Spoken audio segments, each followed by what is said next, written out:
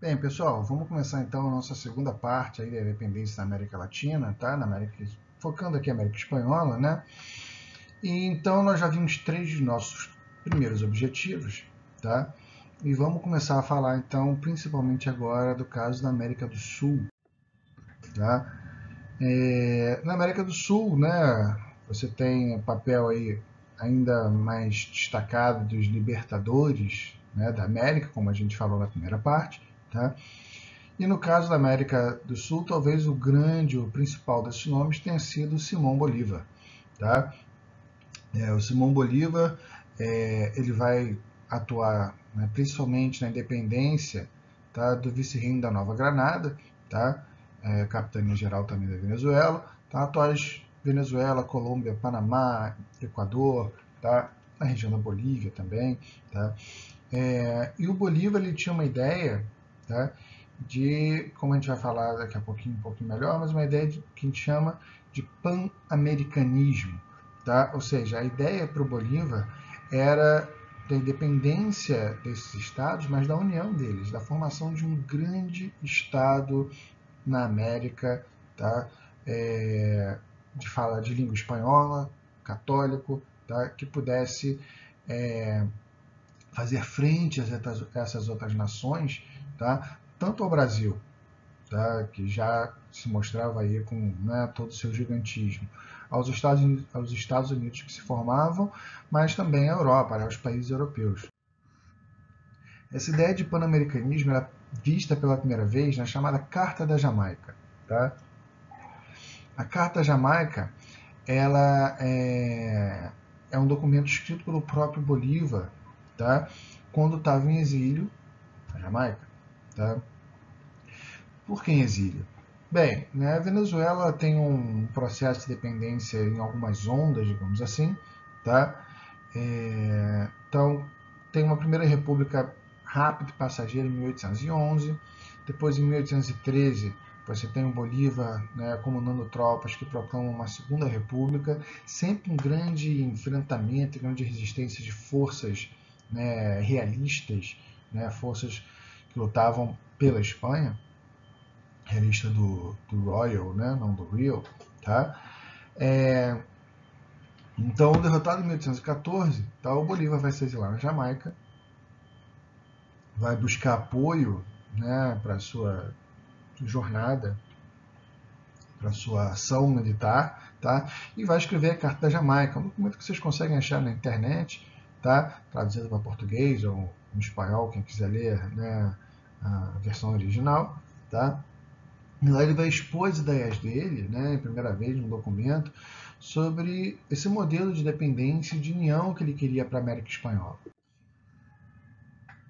Na ideia dele, tá, a ideia é basicamente formar uma nação com base numa identidade já presente, né, linguística, tá, religiosa, tá, que tinha uma história de domínio com a Espanha em comum, deixando de fora então dessa nação na América os Estados Unidos, tá, protestantes, não católicos, né, anglo-saxões, de uma origem distinta, anglófonos, né, falavam inglês, não falavam espanhol, então ele veio como um grupo separado.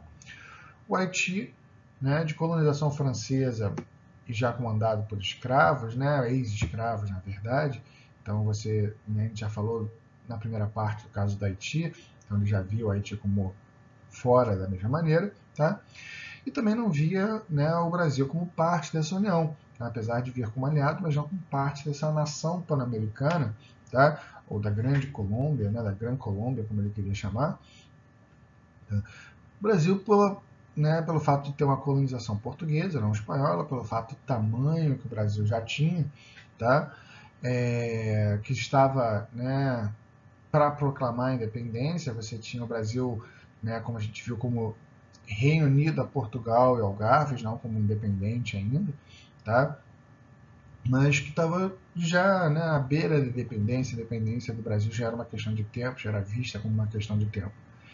Então, essa ideia do pan-americanismo, tá, o Bolívar ele queria, tá, criar essa grande nação, essa grande, né, Colômbia, como ele chamava Colômbia em homenagem a Colombo, certo? e não vai conseguir muito não, tá? Então ele, em 1816, ele volta, né, lá da Jamaica, tem sucesso, assume o governo, consegue a independência da Venezuela, tá? Alguns anos depois, em 1819, ele consegue articular a união, tá, da Venezuela com, né, as ex-colônias do vice-reino da Nova Granada, né, hoje em dia Colômbia, Panamá, parte do Equador ali, formam a chamada Gran Colômbia ou Grande Colômbia, tá, uma grande nação. E ele tenta ainda, né, expandir, ainda tem uma certa esperança em expandir essa Grande Colômbia, né, para as outras regiões, tá, da América, mas não tem muito sucesso, né? Ele vai tentar unificar inicialmente, né, os objetivos desses grupos, ele tenta organizar um congresso, tá, de união de ações desses países, tá? Convida também os Estados Unidos, todos os países da América, o chamado Congresso do Panamá, tá? Que não vai ser um, digamos assim, não vai ser um dos sucessos da carreira dele, tá? Entre as ideias ali são ideias de, né, união e proteção militar, tá? Limites à escravidão, principalmente a, né, digamos assim, a importação de escravos, a escravos trazidos da África, tá? Não tem o apoio de importantes nações como o Brasil, Estados Unidos e a própria Inglaterra, que não está aqui, mas tem interesses, né, econômicos fortíssimos, tá? E age, principalmente através de seus bancos, de seus comerciantes, ela age sobre, né, as lideranças políticas da América como um todo. Então, no Congresso do Panamá, o Bolívar tenta articular esses grupos, mas não consegue. Tá? O ideal pan-americano, tá, do Bolívar, ele acaba, né, perdendo força. Tá? A própria Gran Colômbia, tá, uma década, né, depois de seu início, ela vai se desmontar, esses países eles vão se separar, tá? Com exceção do Panamá, tá? Que fazia parte da Colômbia. O Panamá era uma região da Colômbia na época, tá? Eles vão se desmontar e o ideal pan-americano de Bolívar acaba não dando certo, não vingando. Então dá para ver aí um pouquinho o tamanho dessa Gran Colômbia na época, né? Essa parte toda aí colorida do mapa, tá? Do mapa aqui do lado, tá? Agora apontei para o lado certo, tá? E marcado em vermelho aí, né, o que era a Colômbia, que vai virar a Colômbia em si. Um pedacinho do Panamá, aquela tripinha subindo ali na América Central. Já mais para o sul, tá? Região da Argentina, tá? Você tem né, a figura do José de San Martín, tá? Que vai ser visto como grande libertador argentino, grande herói da libertação nacional na Argentina, tá? E que vai lutar ali na região, tá? Que hoje em dia é Argentina, Uruguai, mais ou menos, já era da mesma, né, vice-reino, mesmo vice-reino da Prata, tá? Chile e Peru também um pouco, tá? O San Martín, né, ele tem uma ideia de que os regimes independentes da América, tá, deviam ter uma certa ligação com a Europa para, né, facilitar essa independência e evitar, digamos assim, novas ações militares europeias sobre a América, tá? Mas ele vai acabar abandonando esse projeto, né? Sua própria nação, e onde ele tinha uma maior, né, digamos assim, influência, que foi na Argentina, tá? Vai virar uma república, tá? San Martín, ele é um importante líder militar, tá? Mas que um pouco depois ele vai acabar abandonando, né, esse projeto, vai entregar a liderança das suas tropas, né, para Bolívar, né, que as tropas vão agir em conjunto mais para frente, principalmente ali na região, né, Peru, Bolívia e tudo mais, eles vão estar agindo em conjunto, tá? Ele entrega as tropas para Bolívar, vai para a Argentina e fica como, né, até hoje o grande herói da libertação argentina, tá? Se alguém já foi para Buenos Aires, ali na Praça Rosada, tem a catedral com os restos mortais dele. Interessante fazer uma visitinha lá. Uruguai, tá? Uruguai é um caso interessante, né, para a gente aqui no Brasil também, que ele pertencia, né, ao vice-reino, né, da Prata, ali do Rio da Prata, tá? Era uma região que não interessava muito a Espanha, né, a banda oriental, né, do Rio da Prata, tá? E vai acabar sendo dominada, né, pelo Brasil. Tá? Inicialmente, Dom João tenta anexá-la em 1811, tá? Dom João chega em 1808, em 1811 ele já tenta anexá-la, né? Um dos libertadores, considerado um dos libertadores uruguaios, o José Artigas, tá? Ele vai, né, resistir, vai, né, estabelecer um governo independente, vai distribuir terras, tá? Vai fazer uma certa, né, distribuição de renda ali, né, na região do Uruguai. Mas em 1821 o Uruguai não resiste, né, e acaba sendo incorporado ao Brasil como província da Cisplatina, tá?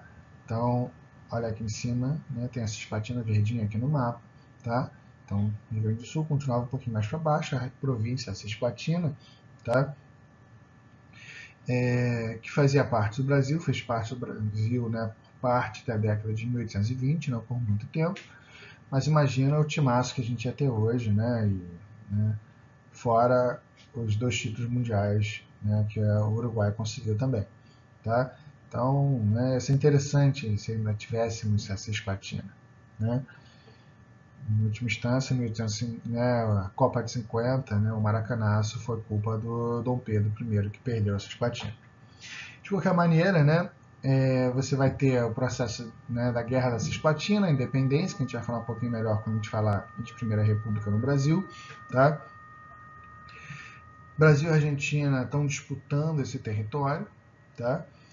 E eles vão acabar entrando num acordo em que não fica nem para um nem para outro. O Uruguai ganha a sua independência, vira um estado independente, tá?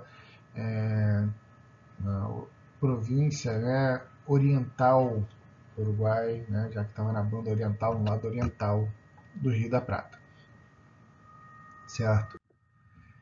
Bem, a gente podia ficar aqui listando alguns libertadores, né, falar do Sucre, né, falar do Higgins no Chile, mas acho que não é esse muito objetivo, tá? Eu acho que o mais importante para vocês aqui era entender justamente o papel dessas elites crioulas, tá?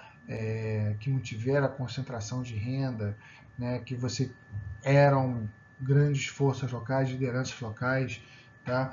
E que quiseram manter esse poder, daí também um pouco, né, a falha, né, do projeto, né, de unificação, de pan-americanismo, tá?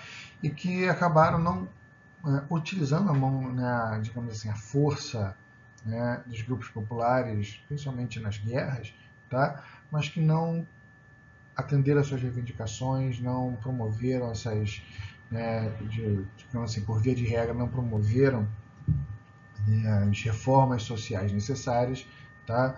E mantiveram esses novos estados no mesmo modelo, né, que vinha acontecendo já antes, durante o período colonial, em que simplesmente mantém aí o poder e os interesses dos grupos dominantes, certo?